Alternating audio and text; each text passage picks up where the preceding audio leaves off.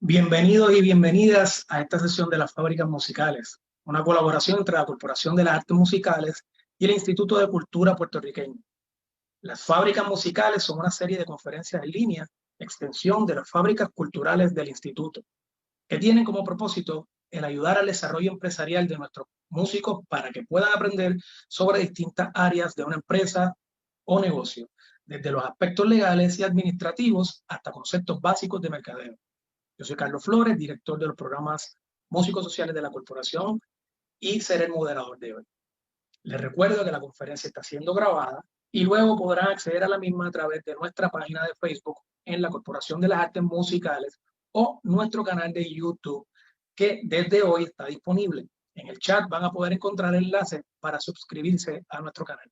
Como participantes no tendrán acceso al micrófono, pero se exhorta a utilizar la sección de Q&A o preguntas y respuestas para colocar sus preguntas.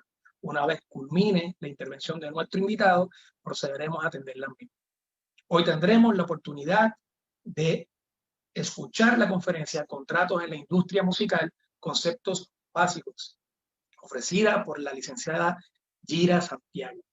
La licenciada Santiago posee una maestría en leyes con especialización en entretenimiento, medios y tecnología de la Escuela de Derecho de la Universidad de California en Los Ángeles, UCLA.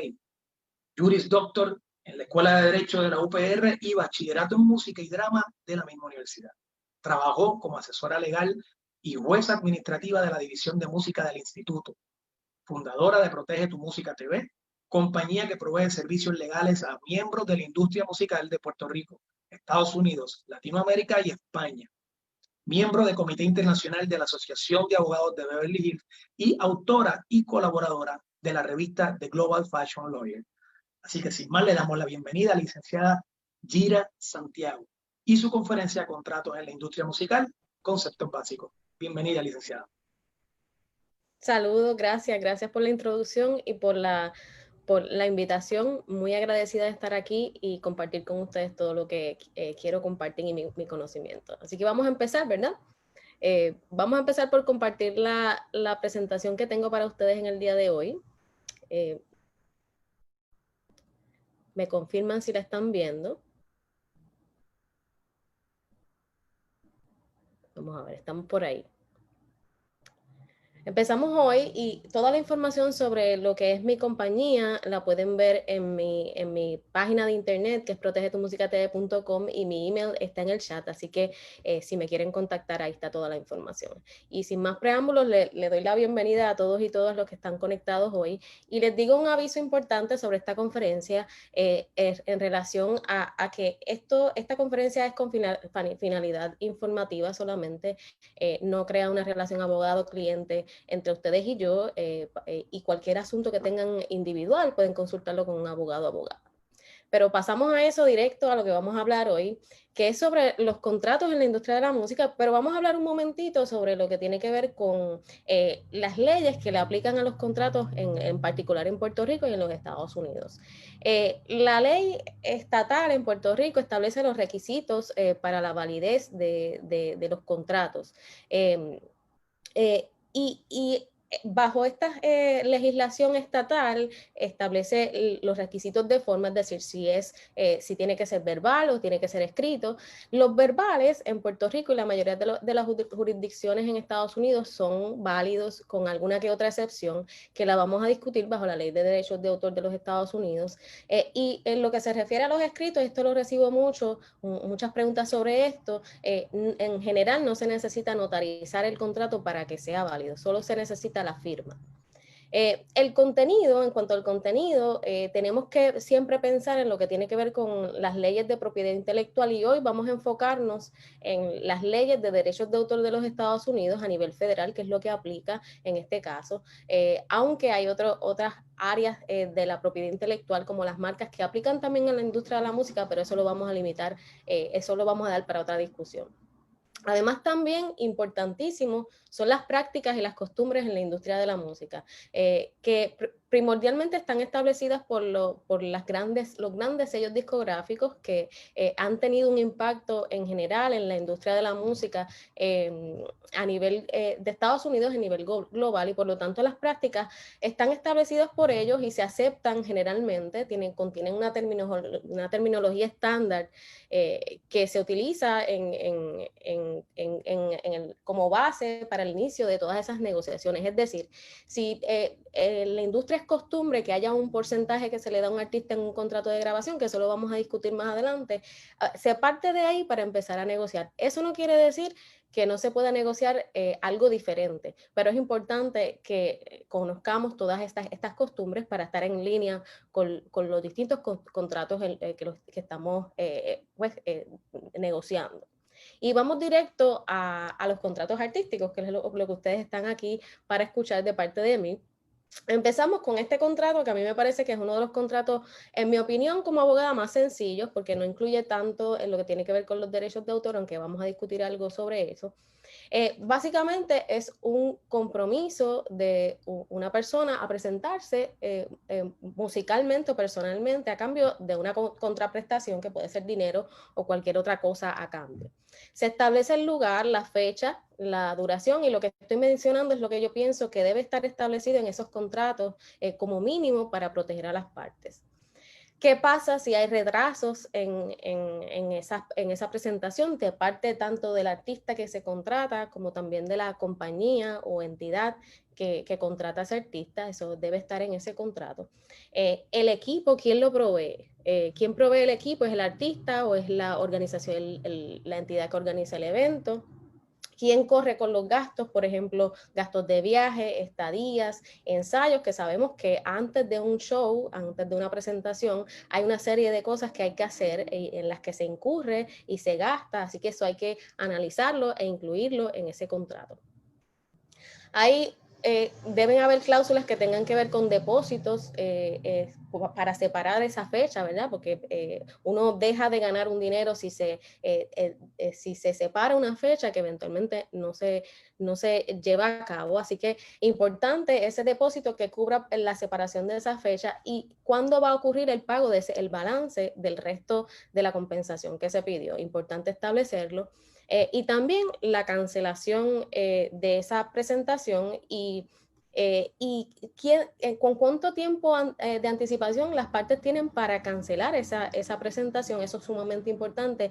Y vamos a ver ahora, ya mismo que les voy a discutir algo que tiene que ver con lo que está pasando con la situación del COVID-19, pero importante, esa cancelación tiene un impacto en qué medida ese depósito va a ser reembolsado y bajo qué circunstancias. Eso es motivo de mucha disputa entre las partes en caso de que ya se haya pagado una cantidad por esa presentación. Pero realmente en cuanto a este contrato me parece sumamente interesante porque está pasando mucha litigación actualmente en cuanto a las cosas que están pasando con el COVID-19, el detenimiento de toda la industria a nivel mundial, sin que sea culpa de ninguna parte, sin que se haya podido realmente prever. Así que hay unas cláusulas en esos contratos que tanto las personas que las llevan a cabo como aquellas personas que están llevando a cabo ahora presentaciones o planificando presentaciones para el futuro. Estas cláusulas se llaman las cláusulas de fuerza mayor.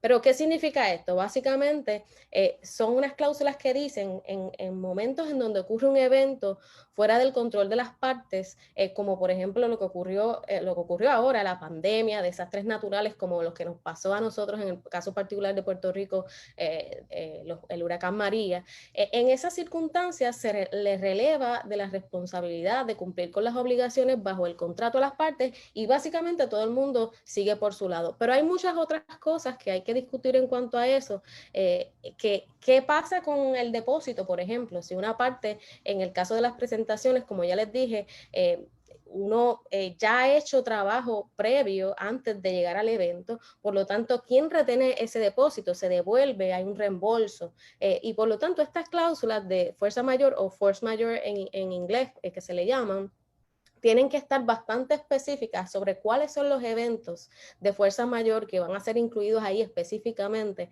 y qué va a pasar con ese depósito que ya se hizo. Una cosa que está muy en auge, especialmente acá en California, es los seguros que cubren las cancelaciones. Ya en este momento las compañías de seguros se están negando a proveer pólizas que cubran este tipo de cancelaciones, pues porque todo esto ha sido realmente inesperado. Pero de ahora en adelante yo creo que tenemos que empezar a pensar en que las partes deben exigirse, en el caso de un artista, exigirle a el organizador del evento que de alguna manera busque una póliza de seguro que le cubra la cancelación y que compense a ese artista que ya incurrió en unos gastos, que ya hizo unas gestiones que tenía que hacer para la presentación, igualmente de la otra parte, ¿verdad? De la parte de los organizadores también es una medida de protección para las partes en estas circunstancias tan particulares. Pero en lo que respecta a propiedad intelectual, yo diría que por eso dije que es uno de los contratos más sencillos, porque en cuanto a propiedad intelectual, hoy voy a discutir lo que tiene que ver con los covers, las personas que son contratadas para cantar canciones o temas, composiciones musicales que no les pertenecen, que son de otras personas, eso se le llama covers.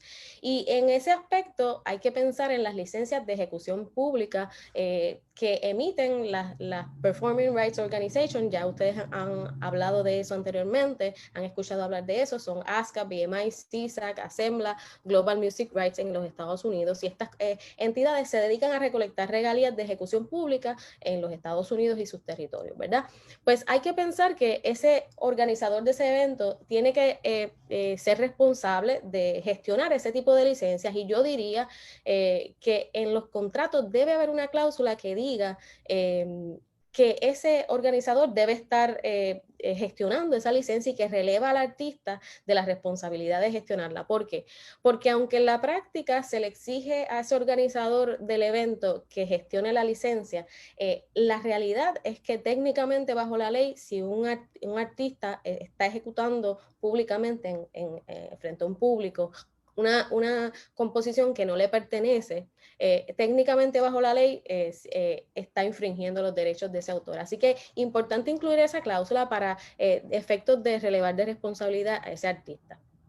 Otra cosa importante es las transmisiones en vivo. ¿Qué pasa si ese evento se va a transmitir en vivo y en qué medida, si esas licencias se han gestionado y si ese video, luego de que se transmite, va a permanecer en esa plataforma, sea YouTube, Facebook y todas las demás plataformas que, bueno, requieren una serie de licencias que las partes tienen que estar conscientes, ser conscientes de que tienen que gestionarlas para que todo lo que implica la celebración de esa actividad esté cubierto. Pero ahora vamos a hablar, discúlpeme si voy un poquito rápido, pero quiero cubrir varias partes, pero esta parte que viene ahora, que son los derechos de autor, esta parte es la más compleja. Y voy a tratar de hacer un poco de repaso de los conceptos básicos para que puedan entender lo que voy a explicar más adelante. Ustedes saben que en la industria musical existe la composición musical, que se compone de la letra, esa melodía que está ligada, vinculada a esa letra, y la música de fondo. Yo le digo la música de fondo para que lo puedan entender, pero el arreglo musical, que puede ser creado por distintas personas o por una misma persona. Por otro lado, también la grabación de sonido o el máster, que es esa interpretación particular de ese artista que fue al estudio y grabó esa composición musical, esa también está sujeto a los derechos de autor. Y además de eso, también tenemos los videos musicales, que son unas obras de artes visuales que también están protegidas bajo los derechos de autor de las leyes de los Estados Unidos, así como también muchos otros países que han firmado convenios internacionales que las protegen. Así que hay que tomar en cuenta eso. Y repaso de otras cosas que han discutido antes. Ustedes saben que tienen unos derechos cuando se crea esa obra, no es necesario registrarla, lo tienen, y tienen un monopolio sobre esa obra, que es exclusivo. Ustedes pueden reproducir esa obra musical o ese máster, distribuirlo, ejecutarlo públicamente, exhibirla públicamente, y eso me lo preguntan mucho sobre qué es eso. Por ejemplo, cuando en Apple tienen la letra de la música puesta, que se está exhibiendo, eso es una exhibición pública de la letra, ¿verdad? De una obra musical. Pueden hacer obras derivadas también, que son obras que son basadas en una anterior, Y en cuanto a las grabaciones de sonido, ustedes saben que las grabaciones de sonido, en cuanto a la ejecución pública en Estados Unidos, solamente se genera regalías en los medios digitales no interactivos a través de Sound Exchange. Eso lo vamos a hablar un poquito más adelante. Está fuera de la discusión de hoy en profundidad, pero quiero que lo sepan.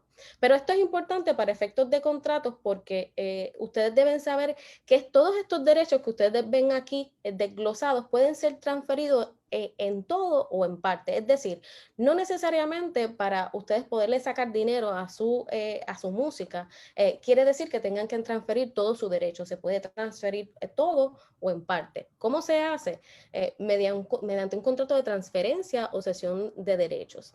Y básicamente es una transferencia de todo en parte de ese derecho de autor, como les digo, de las distintas categorías de obras de arte por una cuantía de dinero o lo que las partes acuerden que se van a intercambiar. Y por ejemplo, usted le puede transferir el derecho a una persona a distribuir esa obra, pero retener el derecho a hacer obras derivadas. Esa dimensión, esa divisibilidad es importante a la hora de llevar a cabo acuerdos.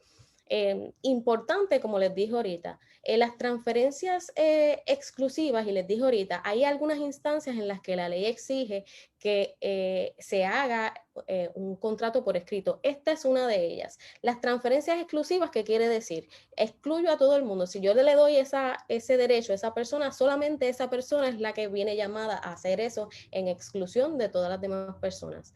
Esas transferencias se tienen que hacer por escrito, si no, no son válidas, no valen que sean verbales, tienen que estar firmadas por el dueño o dueña de ese derecho de autor.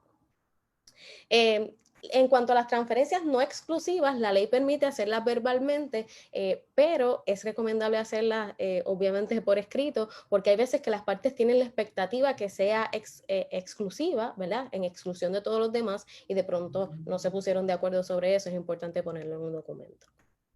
Importantísimo, y lo vamos a discutir más adelante, cuando se transfiere el derecho de autor,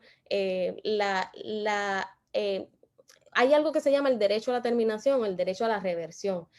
Un autor puede transferir todo su derecho, parte de su derecho, y esa obra puede revertir a ese autor a los 35 años desde su transferencia. Y aclaro que esto es una transferencia que no es automática, requiere de una notificación bajo la ley.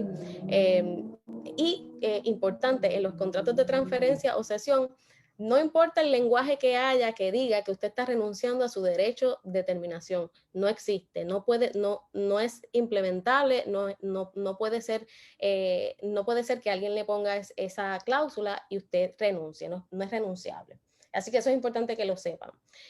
Pero lo más que yo quiero que se lleven de esta conferencia es que esa no es la única alternativa para las transferencias totales, no es la única alternativa para sacarle dinero a esa obra musical o ese máster. Hay otras alternativas que son licencias, que básicamente son contratos también, pero son contratos que autorizan a usar la obra por un tiempo y bajo unas condiciones particulares. No es una transferencia per se, así que esa es una posibilidad. Pero ¿cómo lo hacemos? ¿Cómo yo puedo sacar dinero mediante una licencia sin tener que transferir totalmente mis derechos? Vamos a ver dos ejemplos que les voy a poner a continuación, que son una forma en que le pueden sacar dinero a su música sin necesidad de transferirla. Una de ellas es la distribución digital. Les mencioné que tenían el derecho de distribuirlo, pues pueden hacer un contrato de distribución digital con una compañía que les provea y se comprometa a distribuir esa música y lanzarla a través de las plataformas digitales o lo que le llaman las tiendas digitales, como son Apple Music, Spotify, y ya ustedes conocen todas las demás.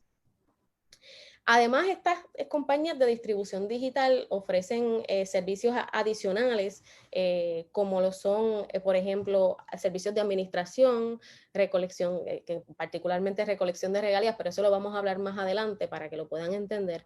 También ofrecen servicios de promoción y mercadeo, monetización en YouTube, registro en Sound Exchange, que como les mencioné, eso es la entidad que se dedica a recolectar las regalías del máster. Y ejemplos de esto son compañías como Symphonic Distribution, Ditto, The Orchard, que son compañías que aparte del servicio de distribución digital, también tienen esos otros servicios adicionales. Importante, hay personas también individuales que ofrecen este tipo de servicios que ustedes tienen que estar al tanto de cuál es el servicio adicional a esa distribución digital y estos próximos puntos que les voy a mencionar a la hora de hacer ese tipo de contrato. Usualmente estos contratos son de 1 a 3 años. Eso no quiere decir que pueda variar, pero esa es la norma en la industria. Hay una comisión usualmente entre un 15 a un 20% si es que van a haber unos servicios adicionales, o también hay otras opciones de llevar a cabo un lanzamiento por un costo fijo, por álbum o por sencillo, dependiendo de la compañía, y es importante que ustedes revisen esos contratos para efectos de cuál va a ser la comisión y la comisión que le aplica a qué específicamente. El territorio usualmente es mundial, tomando en cuenta que ahora la distribución de la música realmente es mundial, eso es bastante estándar. Usualmente son exclusivos, pero podrían ser no exclusivos, esa es la norma, la exclusividad. Y es importante, en esos contratos deben ver, usualmente en las cláusulas, por lo menos en los contratos que yo redacto, están desglosadas las plataformas que van a ser incluidas en esa distribución, a las que se van a distribuir, y obviamente para uno poder saber en qué plataformas uno va a querer hacerlo y en qué plataformas uno no quiere hacerlo. Hay veces que hay ciertas personas que no quieren distribuir en ciertas plataformas por ciertas circunstancias particulares, así que eso hay que tomarlo en cuenta. Importante los reportes de venta y que esa compañía le va a proveer a usted una vez empiece el servicio. Esa compañía, como les mencioné, retiene una comisión de esas regalías que se generan, retiene del 15 al 20% y remite el resto a esa persona que está entrando en ese negocio con la distribuidora. Así que esos reportes de venta hay que ver con qué frecuencia se van a presentar, si son mensual, trimestral, tomando en cuenta que la industria usualmente en lo que se refiere a las regalías, particularmente regalías de ejecución pública, son trimestrales, pero puede ser que la compañía tenga algún compromiso de presentar ese reporte de ventas mensualmente. Y como les dije, analizar qué servicios adicionales ofrece. Además, yo creo que esto es más bien un punto que desde mi punto de vista como abogada, siempre que hay que estar pendientes en cuanto a que no haya una cláusula que vaya a haber una transferencia del derecho de autor. No es que no la pueda haber, sino que usualmente no la hay, así que hay que estar pendientes si hay o no alguna transferencia del derecho de autor permanente, o que haya alguna restricción bajo un contrato de grabación, y a eso me refiero a que hay circunstancias en donde, por ejemplo, esa persona que está distribuyendo, ese artista va a distribuir la música y está pensando hacer contratos de grabación con otras compañías más adelante. Pues puede ser que no pueda hacer ese contrato de grabación porque hay algo en ese contrato de distribución que le impide hacerlo, alguna cláusula de exclusividad por un tiempo particular, así que hay que pensar antes qué tipo de cláusulas hay en ese contrato de distribución que no vayan a impedir hacer otros negocios más adelante. Hay también que estar pendiente a cláusulas de terminación con notificación. Estos términos son un poco más beneficiosos para los artistas, en el sentido de que les permite al artista cancelar el contrato con un término de anticipación, 30 a 60 días de anticipación, y bueno, siempre y cuando se cumpla con esa notificación, se puede terminar el contrato. Y obviamente los derechos, cualquier licenciamiento revierte a la persona, al artista que lo concedió. Igualmente, muchas veces queremos transferir nuestra música de una distribuidora a otra, y hay que analizar en qué medida hay alguna restricción a esa transferencia de esa música que se distribuyó en una de esas compañías hacia otra compañía. Eso también hay que analizarlo. Se analiza también prospectivamente qué problemas pueden ocurrir, y si no quiero ya estar con esta distribuidora, qué voy a hacer en ese momento y bajo qué circunstancias voy a poder sacar ese contenido de esa distribuidora para pasarlo a otra y poder tener control de él. Y pasamos de este contrato de distribución digital a otro ejemplo que ya les menciono, que es otro ejemplo en el que ustedes pueden hacer un licenciamiento de sus derechos a cambio de dinero sin tener que transferir totalmente sus derechos. Y son las licencias que se hacen de videos musicales a través de YouTube. Las licencias de YouTube las he visto mucho en estos días y básicamente las personas están autorizando a otras personas a subir sus videos musicales a YouTube. No hay ninguna transferencia del copyright, del derecho de autor. Lo que hay es un acuerdo entre las partes para promocionar ese video musical que incluye la música y el máster también está ahí sincronizado, promocionarlo en ese canal que tiene un montón de seguidores y eso me brinda pues más seguidores a mí, tomando en cuenta que a veces los artistas no tienen suficientes seguidores en sus canales. Usualmente el término bueno, usualmente no. El término puede ser limitado, es decir, usted puede decir, yo te voy a dar este video, súbelo en tu plataforma, pero lo vas a tener ahí solamente 1 año, 2 años. O te puedo decir, déjalo ahí eternamente, perpetuamente. Otra cosa que se negocia en este tipo de contratos es la monetización. Hay veces que no se le paga nada a la persona que va a subir ese video a YouTube. Hay veces que lo que hacemos es un acuerdo de monetizar en un porcentaje particular. Digamos que la persona que lo sube en su canal retiene un 20% y remite el 80% de ese video en específico a la persona que lo está contratando. Importante y pensar siempre en que pueden venir problemas más adelante. Yo siempre como abogada estoy pensando en qué problemas pueden venir más adelante. ¿Cuánto tiempo va a permanecer ese video arriba y cuánto tiempo se va a monetizar ese video? ¿Verdad? Si es perpetuo, si es limitado, es exclusivo, o sea, en ese canal solamente se puede subir ese video o yo como artista también puedo subirlo a mi canal eventualmente cuando todo florezca y mi carrera se haya desarrollado y mi canal tenga buenos seguidores, voy a poderlo subir a mi canal. Eso es un punto importante que hay que considerar. Importante también los estados de cuenta, igualmente que el contrato de distribución, los estados de cuenta es con qué frecuencia me los van a proveer, esa persona que sube el canal, con qué frecuencia me los va a proveer, si yo voy a tener algún tipo de acceso a esas cuentas y a la data que genera para yo poder saber en qué medida eso me ha ayudado a mi promoción, en qué territorios está funcionando, etcétera. Y algo particular que me ha pasado en estos días y es que hay veces que esa persona que sube ese canal a su canal de YouTube, sube el video al canal de YouTube, tiene una distribuidora que es la que a través de la cual se está subiendo ese video, no es directo. Así que hay que también evaluar en qué medida eso impacta el acuerdo que yo pueda llevar a cabo con esa persona, porque hay veces que la distribuidora tiene cláusulas exclusivas que no permiten subir ese contenido que se sube a esa plataforma a través de otros canales. Así que en esa medida esa determinación impacta la exclusividad del acuerdo. Eso yo diría que es básicamente, y también cuando la gente se molesta y sale y nunca más regresa y dejan de pagar el %, ¿qué pasa? Usualmente yo incluyo en los contratos una cláusula de cancelación, es decir, yo digo, si tú no me pagas en un periodo de 15, 30 días, la licencia se considera cancelada, se revierten los derechos hacia mí y yo todo lo que pase después de ahí, toda la monetización, la utilización de ese contenido prospectivamente se constituye una infracción a mis derechos de autor y por lo tanto yo tengo una causa de acción contra esa persona. Esa es una cláusula que puede ayudar en momentos en donde la gente desaparece. Pero pasamos de esos ejemplos y quería también a hablar sobre esto, sobre también, como les dije, ese video tiene sincronizado a él una composición musical y una grabación de sonido, está sincronizada, ¿verdad? Por lo tanto, ese acuerdo debe incluir una autorización para la reproducción, no tanto de ese video musical, sino también la reproducción y ejecución pública de esa obra musical que está ahí dentro y el máster que están juntos. Eso debe aclararse en la medida en que aclare los derechos que tiene la otra persona respecto a ese video.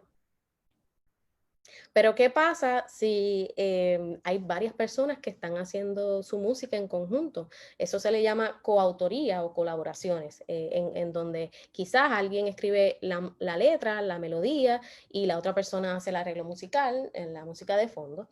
Y en cuanto a esta situación, este acuerdo es sumamente importante en lo que tiene que ver con lo que le llamamos el publishing, la editora, que es lo que lidia, ¿verdad?, con la composición musical. Aunque sabemos que se puede hacer también, como les pongo ahí, sobre la obra musical, sobre la composición, el publishing, también se puede hacer sobre el máster, y se puede hacer en un mismo acuerdo, aunque yo tiendo a hacerlo por separado para que no haya dudas sobre lo que se está dividiendo.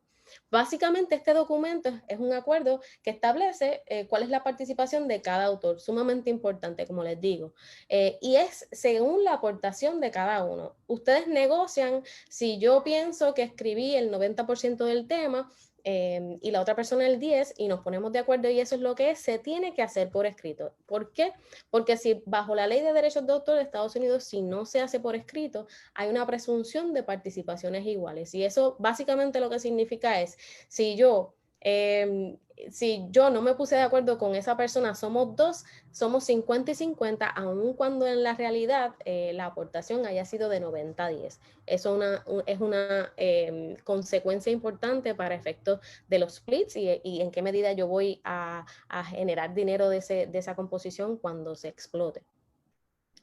Yo usualmente hago este acuerdo, yo se los voy a mostrar ahora un ejemplo, usualmente hago este acuerdo sencillo porque cuando se trata de someter ese documento a las sociedades de compositores como lo son ASCAP, BMI, no debo divulgar información particular de las partes, muy sensible, así que usualmente hago un split sencillo y le añado unas cláusulas aparte sobre quién va a distribuir esa música. Si me pongo de acuerdo, ok, alguien la va a grabar, ¿quién la va a distribuir? Y si va a ser exclusivo, ¿quién va a tener acceso a esas cuentas de distribución? Y quién va a registrar en las sociedades de compositores y el derecho de autor. Y eso es importante porque si cada parte registra por su lado y hay inconsistencias en esa información, esos pagos de esas regalías y su capacidad de explotar esa composición se pueden detener. Así que es importante que si vamos a pensar en que necesitamos sacarle provecho a eso que estamos haciendo, esa propiedad intelectual que estamos haciendo, esos documentos estén preparados con mucha calma y con mucho detalle. Pero vamos a ver ahora un poquito qué tipo de documento es el que usualmente, este es el que yo les preparo a mis clientes. Este es sobre la composición musical y básicamente ven ahí que es el nombre, el tema, y dice, nosotros los compositores, que somos los autores de esta obra musical que se llama tal, grabada, usualmente yo lo pongo que fue grabada por un artista para saber específicamente quién fue que lo hizo, que fue creada en tal fecha, nos comprometemos a que estos son los porcentajes, nos ponemos de acuerdo que estos son los porcentajes de participación. Y como ven aquí están los autores, los nombres de los autores, autoras, las participaciones, el nombre de las editoras si tienen, las Performing Rights Organizations como ASCAP, BMI, todas las que le mencioné, pero también este número que está aquí, sumamente importante en este documento, porque es el número, básicamente el número de seguro social, supongo que lo han escuchado anteriormente, que es el que identifica a esos autores o autoras de esas obras. Puede ser que haya un montón de personas que se llamen José Fernández en la plataforma, en la sociedad de compositores, en el repertorio de ASCA. Puede ser que haya varias personas con ese mismo nombre. Por lo tanto, si usted se asegura de que este número sea el correcto, no debe haber ningún tipo de problemas, a menos que ponga el dedo mal y lo ponga mal y puede haber problemas. Pero asegúrense de que ese documento esté adecuadamente llenado. Yo como abogada y siempre pensando en lo que puede hacer pasar más adelante, incluyo esta información que ven aquí. Esta información tiene obviamente la firma, el nombre, fecha de nacimiento, ciudadanía, dirección y toda esa información que cuando todo el mundo está feliz les provee Y esa información es importante para el registro de esas obras musicales en el US Copyright Office a nivel federal, que básicamente es el registro que no tiene que ver nada con generar regalías, sino es un registro que establece específicamente quién es el dueño de esas obras musicales. Este documento procuren prepararlo justo después de terminar ese tema, porque usualmente estamos en el estudio, hacemos un montón de temas, pasan 2 meses y no nos acordamos de absolutamente nada de lo que hicimos, así que según vayan haciendo sus temas, deben ir llenando este documento. Pero también, como les dije, se puede hacer un documento, un split de la grabación de sonido del máster. Y eso les permite también poner cuál es el título de ese tema, qué artista la grabó. Y esto que está aquí, que le está señalando la flecha roja, es el número de ISRC, lo han escuchado anteriormente probablemente, es el número que identifica la grabación de sonido, ese máster, y la rastrea por las plataformas digitales para efectos de saber dónde se está tocando. Es sumamente importante, igualmente que en el otro split que le dije anteriormente, el IPI, este número de ISRC en relación al máster es sumamente importante. Igual está las participaciones de los autores, y aquí yo pongo siempre las iniciales porque me ha pasado a veces que alguien me dice, es que yo no me di cuenta que en todo este revolú el porcentaje no había sido asignado adecuadamente, así que yo le pongo las iniciales justo al lado de la participación para que no haya ningún tipo de alegación futura. Igualmente, la información, como les digo, más detallada de fecha de nacimiento, dirección, nombre, la incluyo también ahí para efectos del registro en el derecho de autor y no tener que volver hacia atrás y tener que pedir a las personas otra vez la información para efectos de registrar. Igualmente, igual que con el contrato anterior, el acuerdo anterior, debe hacerse justo después de terminar las grabaciones, no esperen mucho tiempo para hacerlo. Esto se utiliza para el registro en Sound Exchange. Este número de SRC se utiliza para la plataforma de Sound Exchange para efecto de pagar las regalías en medios digitales no interactivos de ejecución pública del máster. Así que es importante, también se le provee a aquella distribuidora que esté también administrando. La distribuidora es la que provee el propio código, pero esta información de la participación se le provee para efectos de pagarle a quien se le tiene que pagar. Pero ¿qué pasa si alguien los llama a ustedes y le dice, yo te voy a pagar por hacer una obra musical o un máster?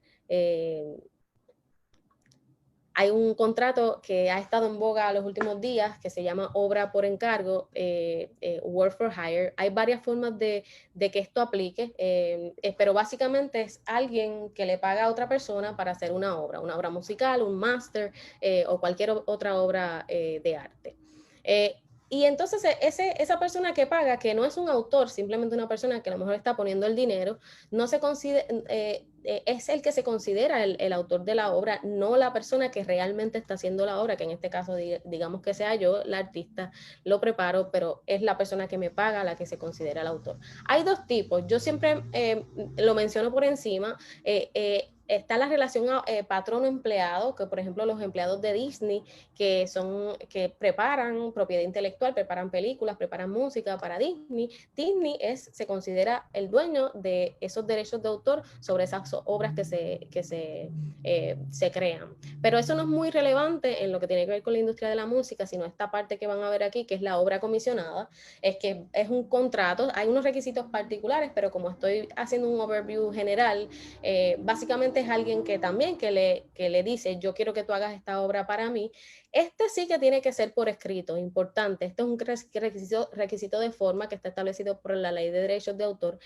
Tiene que estar firmado por ambas partes y tiene que tener el lenguaje específico que diga, esto es un contrato de work for hire. No es yo creía y se puede interpretar de que es un contrato de work for hire. No, tiene que decir que es work for hire. Y algunas cortes en los Estados Unidos, particularmente las cortes de apelaciones del circuito, del segundo circuito y el noveno circuito, que son las cortes que son especializadas en, que se dedican más a lo que tiene que ver con entretenimiento, han decidido que este acuerdo se tiene que firmar antes de crear la obra, o que las partes se pongan de acuerdo antes de hacer la obra, aunque lo firmen después. Es decir, si yo le digo a una persona, ok, vamos a hacer una obra musical, hazme esto para mí, ok, nos ponemos de acuerdo ahora, se crea la obra y después lo firmamos, no hay problema. Pero si se hace después de crear la obra, no es válido. En todo caso, se tendría que hacer un contrato de transferencia de derechos, como lo discutimos al principio de la presentación. En todo caso, habría que usar ese tipo de contrato, pero tómenlo en cuenta. ¿Cuáles son las consecuencias del contrato de Work for Hire? Importante y ha estado muy en boga en estos días. El autor real pierde los derechos por siempre. ¿Y a qué me refiero? A lo que hablé anteriormente, el derecho a reversión, a que usted esa obra regrese a usted a los 35 años. En el Work for Hire no ocurre, no aplica, es la única excepción que existe en cuanto al derecho a reversión. El derecho de autor en los contratos de Work for Hire es diferente al usual, que es la vida del autor más 70 años, es 95 años desde su publicación, 120 desde su creación. Lo que ocurra primero y no hay, como les dije, no hay derecho a reversión. Lo que quiero que se lleven de aquí, que voy un poco rápido, pero que este acuerdo implica que usted pierde totalmente ese derecho a terminación o a reversión. ¿Y qué pasa si hay alguien que le ofrece a usted, yo voy a hacerle todas esas licencias de las que hablamos, también voy a pagarte por eso, voy a retener una participación y también quiero parte del derecho de autor? Pues eso es lo que hace una editora musical mediante un contrato de publishing, y este es el menos beneficioso, es el contrato de publishing tradicional. Esto se refiere a la composición musical nada más, no tiene absolutamente nada que ver con la composición, con el máster. La editora firma compositores, como les digo, manejan los catálogos y ¿qué hace? Busca personas que quieran usar esa música, preparan y negocian licencias, recolectan ese dinero, monitorean todas esas composiciones donde estén sonando, hacen acuerdos con editoras de otros países para recolectar la regalía en esos otros países y le pagan a ese compositor o compositora que está cediendo su derecho de autor. El compositor se compromete usualmente a crear composiciones en un término. Usualmente he visto contratos de 4 temas al año, por ejemplo, y las cláusulas importantes, importantísima, es la cláusula de transferencia al 100% de los derechos de autor de obras preexistentes. Eso es sumamente importante porque pierden prácticamente el derecho de autor, solo se quedan con una participación en las regalías. También hay disposiciones sobre Work for Hire u obra por encargo, de obras que se creen durante el término, lo mismo, con las mismas consecuencias que ya les dije. El término usualmente de 3 años con opciones a renovaciones unilaterales por parte de la editora.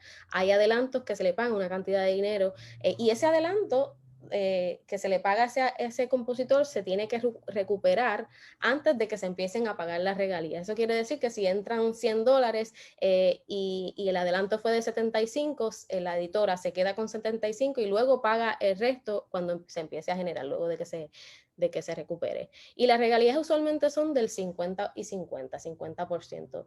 Pero hay otras alternativas más favorables para los compositores y compositoras.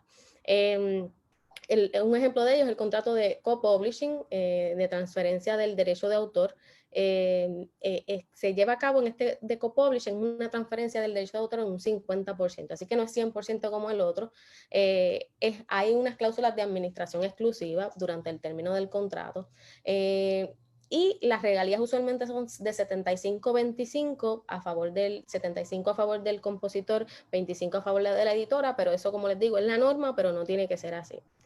El otro contrato, que es un contrato más beneficioso, es un contrato de administración en el que no hay ningún tipo de transferencia de derechos de autor. Este es el que deben buscar, depende de las circunstancias, pero es un contrato muy beneficioso.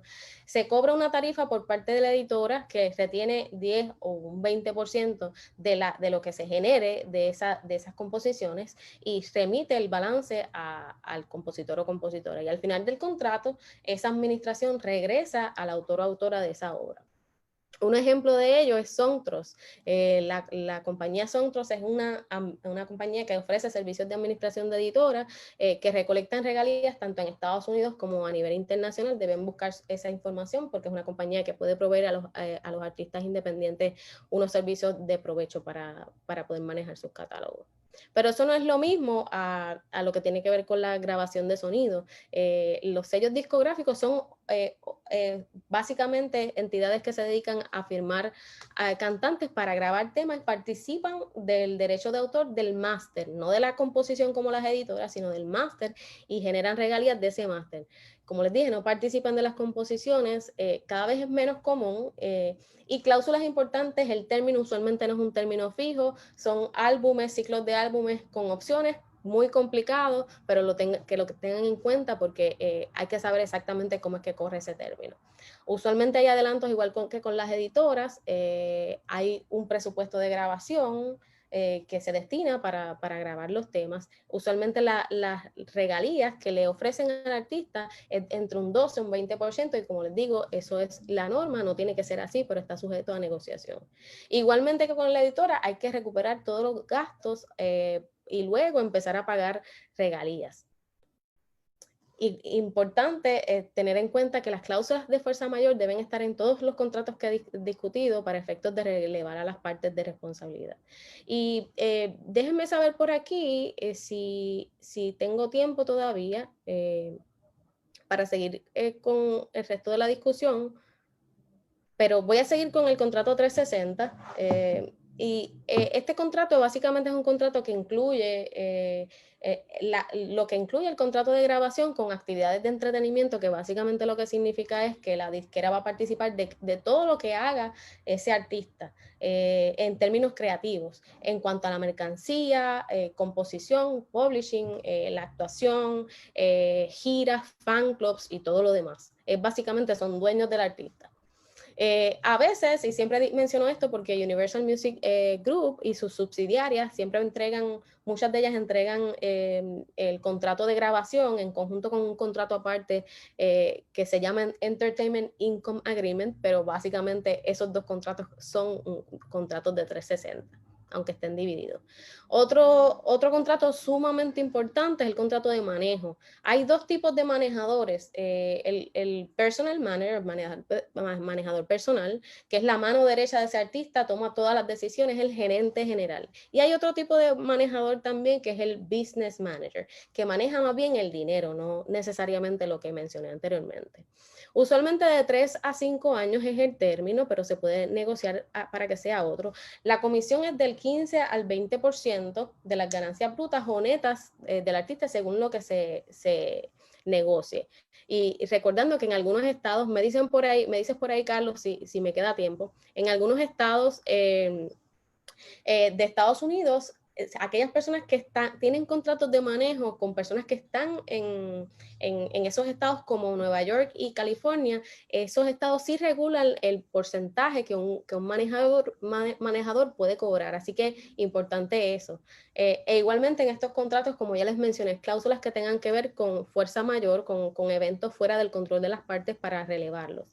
Pero importante en los contratos de manejo, ¿hasta cuánto tiempo ese manejador puede seguir cobrando esa comisión? Ustedes saben que las regalías de publishing pueden seguirse generando por tiempos y tiempos, y hasta cuándo ese manejador va a seguir cobrándola. Y eso se le llama una sunset clause, una cláusula que dice, en este tiempo él va a cobrar tanta cantidad y va reduciéndose la comisión con el tiempo hasta llegar a cero. Y como les dije, la comisión se reduce con el tiempo. Hay unas deducciones que ustedes las pueden pedir en los contratos, que son estándares, las ven ahí, gastos de grabación, productores, entre otros. Son cosas que se pueden pedir antes de aplicar esa comisión para efectos de beneficio, ¿verdad? Para el artista y que no se aplique al ingreso bruto. Importante saber en qué área se va a participar, si el manejador va a participar en todas las áreas, publishing, mercancía, o solo se va a limitar a unas partes en particular. Importante también, y esto lo vi recientemente, si hay un manejador que tiene una editora que firmó al artista, a ese compositor, y también lo va a firmar luego como manejador, que no vaya a haber doble comisión, que no vaya a ser que ese manejador vaya a estar comisionando de la parte de publishing 2 veces. Eso es sumamente importante porque eso le quita ingresos al artista.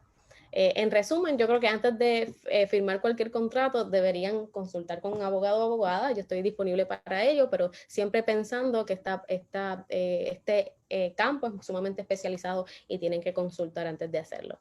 Así que procedemos a las partes de preguntas. Licenciada, muchísimas gracias. Wow, que mucha información. Sí. Yo me imagino que todos los participantes deben estar, ¿verdad? Eh, con sus preguntas. El que no las haya escrito por ahí pueden ir poniendo sus preguntas, pero yo tengo unas cuantas por aquí. Me pregunta Irma Raquel. Ella tiene sus canciones, la letra con la melodía.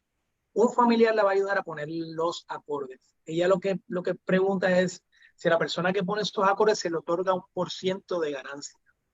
Bueno, siempre se toma en consideración si esa aportación es creativa, bajo los términos de la ley, creativa y original. No pueden ser acordes básicos, porque eso no se considera algo creativo creativo más bien. Así que en la medida en que eso aporte bastante a la pieza, ¿verdad? Que sea el desarrollo de la pieza, esa persona sí tiene derecho a participar en esa parte de la obra, porque sí, la música, ese arreglista que crea esa obra musical también tiene derechos a participar. Eso es negociable igualmente, pero sí, es posible hacerlo.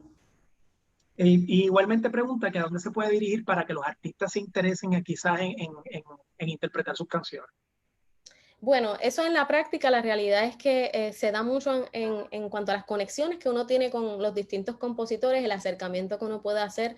En realidad mucha gente no recibe material que no es solicitado por esto mismo, porque puede estar sujeto a infracciones a los derechos de autor, y en la medida en que se pruebe que hubo cierto acceso, puede haber un reclamo de que hay alguna infracción al derecho de autor. Así que importante que lo tengan que hacer basado en que, bueno, tengo que buscar a gente que conozca a ese compositor y hacer el acercamiento. Usualmente ellos quieren escuchar específicamente cómo se va a usar la obra, pero tienen que tomar en cuenta también, ¿te refieres más bien a obras originales que uno le quiere dar a un artista para que Sí, las grabe? yo creo que la pregunta va en esa línea. Yo tengo mis canciones y me gustaría de alguna manera hacerlas llegar a los intérpretes, ¿no? Y a lo mejor que ellos puedan escogerla o que estén en algún banco de canciones disponibles. No sé, me imagino que la pregunta de Irma va en esa dirección. Sí, bueno, igual, yo pienso que hay compañías que se dedican a colocar temas a artistas. Los mismos publishers, las mismas editoras hacen ese trabajo. Universal y todas las demás pueden hacer ese trabajo, como otras que son más pequeñas. Así que quizás también el acercamiento puede ser empezar a buscar alguna editora que me pueda ayudar en ese aspecto. Bien, de Guadalupe García tenemos una pregunta por aquí. En un contrato de representación con un anticipo, aún así, debería el término de 35 años, eh, bueno, aún así debería el término de 35 años, haber el término de 35 años, aunque se haya recuperado solo un 50% del anticipo. Bueno, lo que pasa es que estamos hablando de dos conceptos diferentes. Lo que es el anticipo que se le da a cambio de la firma de ese contrato se tiene que recuperar, pero eso no está en ninguna manera vinculado al hecho de que no se haya recuperado. Es decir, si el sello o la editora da un adelanto, o cualquier persona da un adelanto, y en el contrato hay que recuperar ese adelanto y nunca se recupera, eso no impacta de ninguna forma el derecho a que esa obra a los 35 años vuelva, revierta a ese autor. Ok. De Alex Hernández tenemos por aquí ¿Puedo utilizar obras o arreglos musicales para ejecutarlos en presentaciones o grabaciones de audio y video con un grupo de estudiantes bajo la cláusula de fair use dentro del copyright law? Bueno, eso son unas determinaciones que se tienen que hacer caso a caso. El fair use es una doctrina bastante particular que permite la utilización de obras en contextos educativos. Mi respuesta siempre hacia esas preguntas es que depende del contexto y del uso, de la cantidad que se use y específicamente bajo los preceptos de la ley, que sí lo permite, pero hay que consultar primero para evitar problemas. Sí, tengo por aquí cómo se genera el IPI. El IPI es el ¿Quién lo emite? O sea, ¿dónde se...? Sí, es la propia sociedad, las sociedades de compositores, es un número universal que genera ASCAP, BMI y todas las demás. A la hora de cuando se abre la cuenta, se le asigna ese número a ese autor. Así que si tienen dudas sobre eso, vayan a su cuenta de ASCAP, BMI, CSAC y ahí debe estar el número de IPI. Y igualmente me preguntan que quién expide el International Standard Recording Code. Lo emite para artistas independientes. La forma más fácil es la distribuidora. Cuando usted lanza el tema a las plataformas digitales, la distribuidora le asigna ese número como parte del servicio. Ahora, pueden ir al website del isrc.com, no recuerdo si es .com o isrc, y ahí ustedes pueden comprar individualmente. Sale un poco más caro, pero también pueden comprarlos individualmente. Sí, otra preguntita por aquí. ¿Qué pasa con el demo inicial que sale de la unión del letrista y el músico? ¿Qué pasa de ¿Qué qué? pasa con el demo inicial que se dio, ¿verdad? Con la unión del letrista, las dos personas que generaron el demo. Ese demo, me imagino yo que la persona que pregunta es ya habiendo pasado alguna contratación quizás, o ¿qué pasa con el demo inicial que se sometió? ¿Que se sometió a quién? Bueno, yo asumo.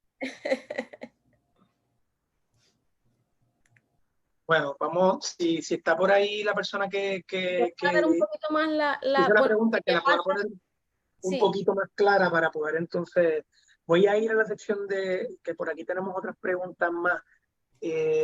Meliangi Pérez, saludo Meliangi, pregunta, ¿los intérpretes debemos considerar pagar una licencia para protegernos de cantar o tocar algo no protegido por omisión de alguien, productor o algún local? bueno, esas licencias hay que considerar cuál es el costo de esas licencias, ¿verdad? Y en ese sentido yo diría que habría que consultarlo con la gente de ASCAP, BMI y todos ellos que las emiten, si es que esas composiciones están en su repertorio, porque si no lo están, habría que contactar a esos compositores directamente. Ahora, yo diría que más que eso debe haber una cláusula que diga que es el organizador el que lo haga. Ahora, si se quieren proteger, yo diría que habría que entonces consultarlo más bien con la gente de ASCAP y en ese sentido ver qué alternativas hay. Por aquí Carlos Alexander nos pregunta, ¿cuál sería el porcentaje común que se otorga a esas personas que aportan a la composición del escrito o lo musical? Ok, usualmente en la práctica es 50 y 50. Si alguien hace la letra y el otro hace el arreglo musical, la música o en el género de reggaetón la pista, usualmente se le asigna un 50 y 50, pero eso depende de la disposición de las partes de hacer ese acuerdo. O sea, se puede empezar por ahí, eso es lo usual, pero puede ser diferente. Esta pregunta que me hacen por aquí me acuerda a una cápsula que vi de Protege tu Música TV. Es, ¿recomiendas al artista crear su propia editora? Eso depende de si ese artista tiene el tiempo y el conocimiento para poder crear esa editora y poderla llevar. Realmente es un trabajo bastante arduo, pero hay personas que son ágiles en ese proceso, pueden aprender y pueden crearla. Yo diría que para personas que están creando mucha música, deben gestionar que otra persona sea su editora en la medida en que se pueda, porque les resta un poco de tiempo, consume tiempo llevar a cabo toda esta gestión de editoras. Ahora, hay gente que quiere crear su propia editora para manejar los catálogos de otras personas y en ese sentido sí es un poco más viable llevarlo a cabo. Omar Echevarría nos pregunta por aquí, si estoy distribuyendo con CD Baby, o alguna otra distribuidora digital, pero quiero buscar otra entidad para recolectar el publishing. ¿Qué entidades hay disponibles en términos generales para artistas independientes para recolectar ese publishing? Bueno, las propias distribuidoras tienen sus ofrecimientos para cobrar regalías en el publishing, pero les mencioné Songtrust. En la misma presentación les puse el nombre. Songtrust es una compañía que ofrece ese servicio de administración, es decir, no coge nada que tenga que ver con el derecho de autor y les recolecta las regalías tanto en Estados Unidos como fuera de Estados Unidos a nivel internacional. Y es una compañía sumamente prestigiosa. Yo diría que esa es la compañía que deben verificar. Ok, Carlos Collado pregunta, si yo soy mi productor, compositor e intérprete, ¿debo asociarme a ASCAP, Songtrust, Sound Exchange? Y si existe alguna más, ¿puede decirme para cubrir todos los royalties como dueño de todo? Ok, importante que en ASCAP tengan las dos cuentas, la de autor y la de editora. No cobran las regalías completas si no tienen sus dos cuentas. Segundo, si eres también el intérprete y eres dueño de tus masters, en Sound Exchange creas la cuenta como dueño de ese master, que es el master owner, y la cuenta de performer, artista destacado. Tienen que tener esas dos cuentas. Cuando vayan ahí, da la opción de llevar a cabo ese registro de una vez, y bajo esas dos cuentas entonces vas a poder estar recolectando las regalías de esas dos partes. Yo diría que sí, Songtrust es una ayuda adicional también, y evaluar en qué medida el acuerdo que estoy llevando con Songtrust me cubre otras áreas como lo son YouTube y otras plataformas que son particulares. Tremendo, licenciada, yo creo que se nos ha acabado el tiempo. Tengo que agradecerle por su tiempo y todo ese montón de información tan valiosa para los colegas que nos ha traído. Si quiere añadir algo para culminar. Sí, fui rápido, lo sé, es mucha información, pero sé que va a estar grabada en las redes sociales, así que la pueden ver con más calma, y en todo caso, bueno, estamos a la disposición. Protege tu Música TV, pueden ir al canal de YouTube, Protege tu Música TV, y ahí están todos los videos para que los puedan ver. Así que agradecida por la invitación. Muchísimas gracias a usted por su tiempo y muchas gracias a todos los que nos acompañaron en la tarde de hoy en esta conferencia tan importante para los colegas de la industria de la música. Así que aprovecho para invitarles a la próxima conferencia, que es el próximo miércoles a la misma hora, a las 6 de la tarde. Esta es Identidad de Marca, la va a ofrecer Moisés Cruz de Mamposteado. Así que ya pueden ir buscando el enlace que está por ahí en el chat. Saben que yo les envío durante la semana el enlace también por email para que vayan compartiéndolo, ¿verdad?, con estas personas que todavía no han tenido la oportunidad de disfrutar de las fábricas. Y nada, nos vemos la semana que viene en una sesión más de las fábricas musicales de la Corporación de las Artes Musicales. Gracias, licenciada. Gracias a ustedes. Bye. Bien, buenas noches.